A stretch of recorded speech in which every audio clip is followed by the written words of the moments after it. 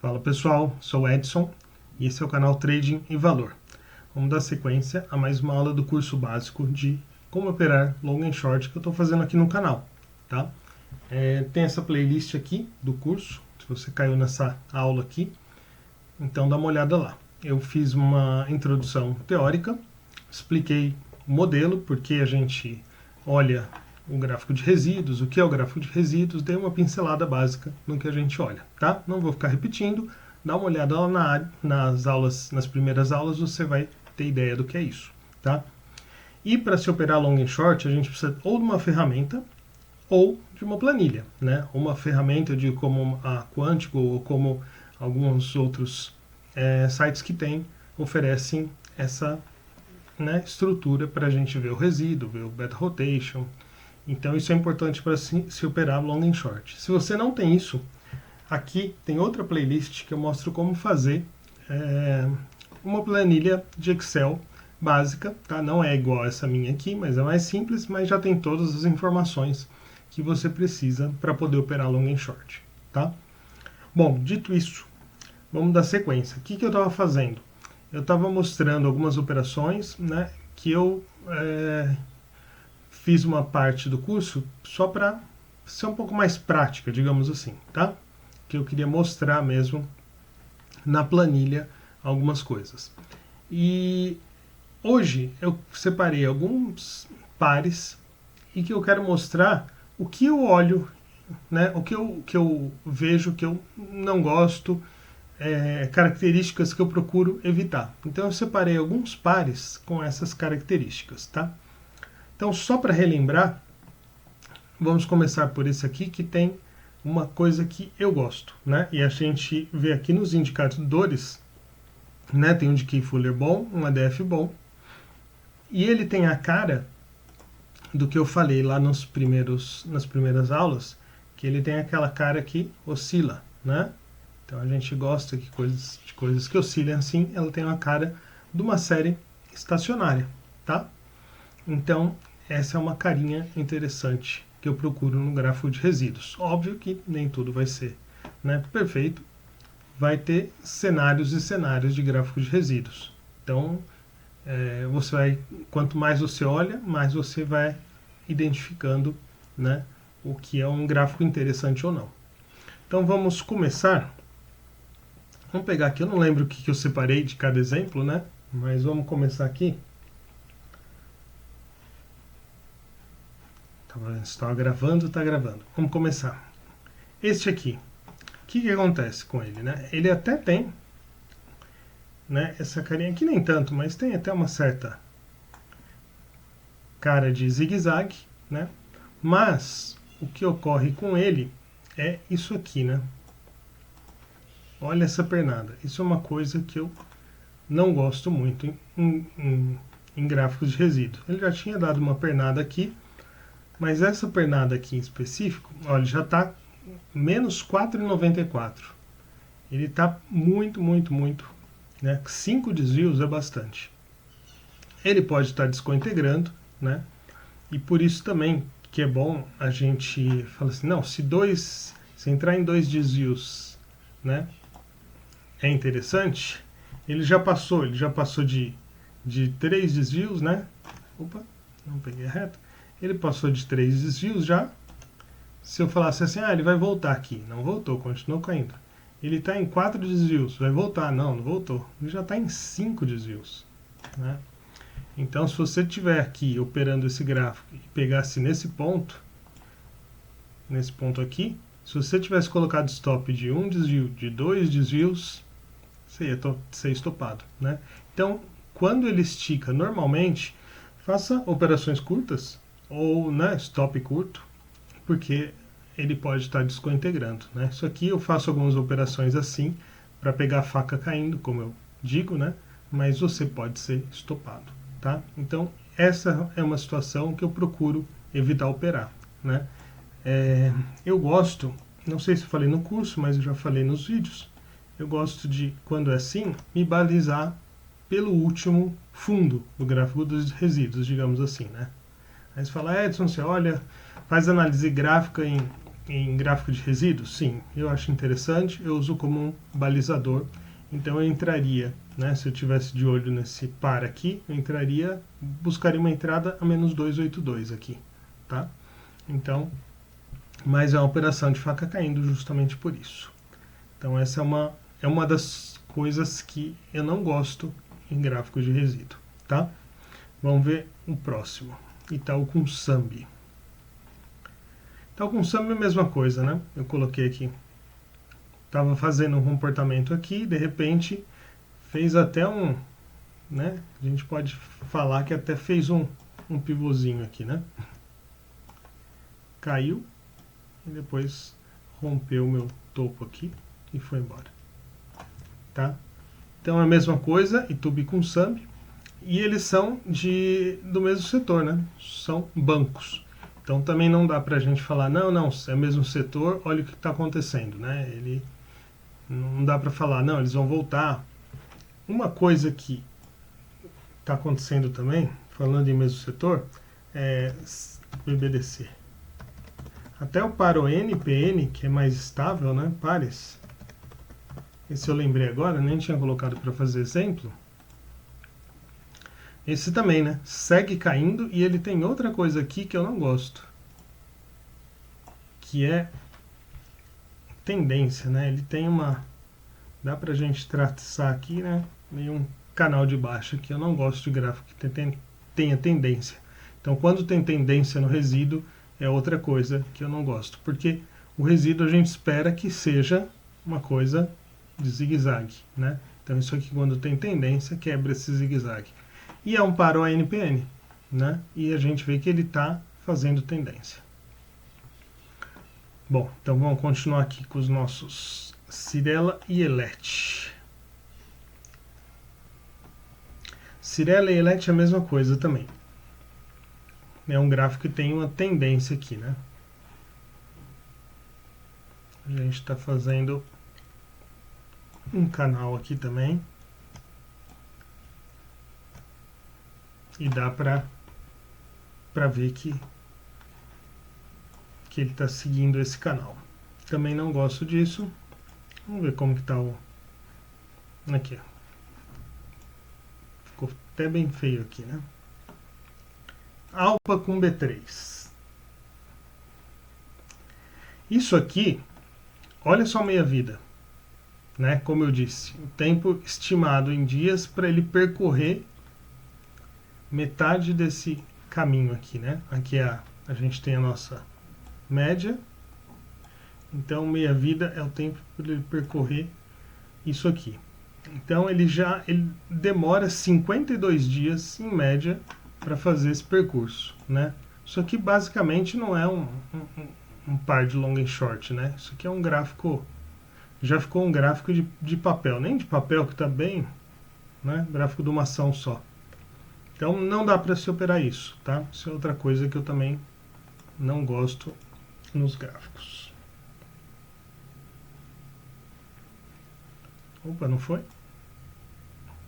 Ah, foi. Estava bem parecido. Na Alpa com o YouTube, mesma coisa.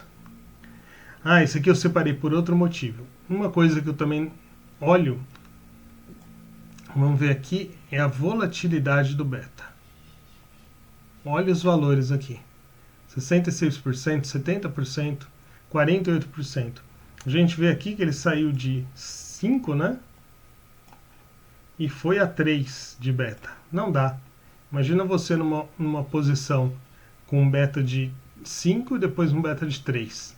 Tá? Se for a seu favor, tudo bem, mas se for contra esse ajuste no beta, bem complicado, né? O que a gente gosta é de um beta estável para a gente operar, né? Não é o caso. Então vamos ver aqui. Então a gente tinha olhado Alpa com YouTube, esse o beta está bem ruim. Além de o beta estar ruim, aqui acontece o oposto, né? A gente quer ter uma vol do resíduo alta, para a gente ter uma variação no resíduo, né? Para andar a nosso favor, e uma do beta estável, né? Ou baixa, né? O que acontece aqui, estável não, baixa, né? O que acontece aqui é o contrário. A do beta é alta e a vol do resíduo é baixinha, né? Esse está bem ruim. Esse caso aqui, mesma coisa. Olha esta pernada aqui, né? Não dá. Então ele até estava fazendo seus zigue-zagues, mas aqui ele até perdeu o jeito. Ficou também, esticou bem. Beta Rotation também está só caindo. Então, vamos ver se GNDI com Magalu. Ah tá, lembrei desse caso.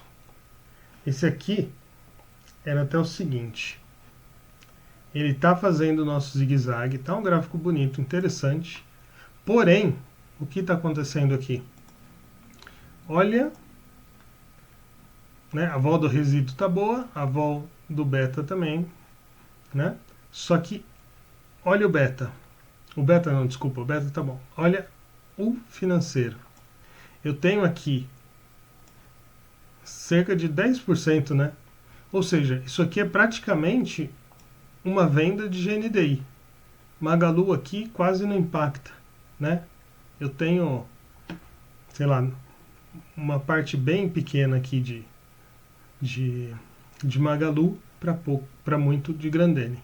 Então, apesar do gráfico tá bonito, tá interessante, a proporção entre os papéis não tá interessante, porque meu financeiro, né, é basicamente GNDI. Eu estou numa operação vendida em GNDI, tá? Isso é outra coisa que também não é interessante. Esse aqui é com Iduki. Eu acho que esse era um exemplo, esse é um exemplo de que eu procuro nos períodos, eu gosto também, que essa cara do gráfico fique estável quando eu mudo de períodos, né? Então a gente vê que a gente tem esse topinho aqui e topos mais altos. Isso vai se mantendo conforme eu vou mudando meu período, né? Essa proporcionalidade aqui se mantém. Quando tem distorção aqui, sei lá, se esse morro ficasse mais alto e esse aqui abaixasse, quando tem distorção, eu não gosto de operar, tá? Olha, a gente mantém essa situação. E esse aqui eu acho que já é um caso que não era proporcional. Vamos ver aqui. Ó, aqui é mais alto que esses dois. Vamos ver se era isso. Que não lembro se era esse o caso. Continua mais alto que esses dois. Ó, aqui já está ficando do mesmo tamanho. Com 189 períodos. Ó, ele mudou. Né? Ele voltou. Não, ele já era mais alto. Ele ficou do mesmo tamanho. Ficou do mesmo tamanho. Isso. E depois voltou. Então, parece que ficou até maior. Então acontece. Eu não achei um caso bom, mas acontece às vezes desse aqui ficar bem maior e ter distorção, por exemplo. Esse aqui eram da mesma altura e eu coloco em outro período, esse aqui fica maior que esse, por exemplo. Tá? Então, quando dá distorção no gráfico de resíduos, conforme eu vou mudando os períodos, eu também não gosto muito de operar essas relações. Tá? Equatorial com TOTUS. Isso aqui acho que era a mesma coisa, eu separei um modelo de tendência. Ah, uma coisa que eu lembrei agora, que não é o caso. Não lembro porque eu separei esse, provavelmente porque tem uma tendência aqui, né? O que eu vejo aqui é que a gente tem uma tendência também que eu não gosto. Mais uma coisa, deixa eu até fazer uma janela aqui, que acontece também quando eu mudo o período. Se eu tenho um gráfico, por exemplo, ele está trabalhando assim, né? Tá indo aqui e de repente ele muda aqui, de repente ele volta, tá? Então a gente vê aqui que acontece que ele está trabalhando. Deixa eu pegar o amarelo. Ele está trabalhando numa faixa aqui, né? Obedecendo essa faixa, de repente ele muda para outra faixa e volta de novo, tá? Então isso aqui, enquanto ele está aqui, ok. O problema é que você nunca sabe quando ele vai escapar para voltar para outra, né? Então, eu também evito, mas se ele tiver, por exemplo, nessa faixa, claramente, eu até opero, tá? Não é algo que eu acho tão ruim assim, mas é mais para ficar atento, porque ele pode retomar essa faixa de variação maior, né? Ele pode ter um desvio maior aqui e ficar numa faixa com menor desvio, tá? Então, isso é mais ou menos uma compilação do que eu não gosto muito nos gráficos quando eu estou operando, tá? Eu acho que já ficou claro. Deixa eu ver se eu tenho... Esse é o screening, tá, pessoal? Só para... Eu fiz um vídeo também mostrando na planilha como eu faço o screening, que o sistema na planilha faz uma combinação de pares e já coloca os dados aqui. Eu posso fazer filtros, escolher, e é assim que eu escolho os meus ativos. Tá? Então a gente pode ver que a maioria dos gráficos que a gente pode pegar, né, se a gente pegar alguns por aleatórios aqui de resíduos, a gente vai ver que isso está acontecendo. Cai nesses casos que eu já falei. Uma coisa que, quando o mercado estica muito, acho que a gente pode até ver também, é que alguns pares começam a aparecer integrados com vários ativos. Isso vocês vão perceber quando o mercado está muito esticado, ou para alta ou para queda, um ativo começa a aparecer bastante co-integrado. Você vai lá, ele tem uma pernada, né? Ele fez uma perna de alta aqui, ele esticou, né? Ou para cima ou para baixo, e ele vai aparecer co-integrado com vários outros pares. É outra situação também que eu procuro evitar, porque o ativo já está muito esticado, então ele aparece aqui para a gente com a integração, mas não necessariamente é que ele esteja co-integrado, né? Ele já esticou e os indicadores dele ficam bons, tá? Mas é outra situação que eu também fujo. Então, normalmente quando eu começo a ver isso na planilha, eu retiro aquele par, aquele ativo, né, que esticou muito, para não operá-lo, tá? Então é isso, pessoal. Eu acho que eu já passei aqui os casos. A ideia do vídeo era mostrar isso para vocês, para tentar dar um pouco de prática. Eu recomendo darem uma olhada nos vídeos do canal, aqueles que eu fiz analisando, para ir pegando, né, o que eu passei. Teve uma semana que eu fiz gráfico, que eu fiz análise todo dia, vídeo todo dia, e também é interessante, tá? Acho que essa parte operacional eu já vou encerrar. Eu vou falar agora de algumas outras características, né, de operação.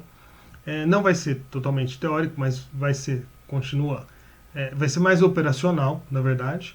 Então eu vou começar a falar como eu entro, stop, quando eu saio, né, o stop no tempo, o tamanho de mão, como eu escolho o tamanho de mão.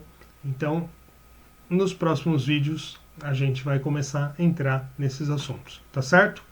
Então é isso. Se você curtiu o vídeo, dê seu like, compartilhe, se inscreva no canal, muito importante, tá?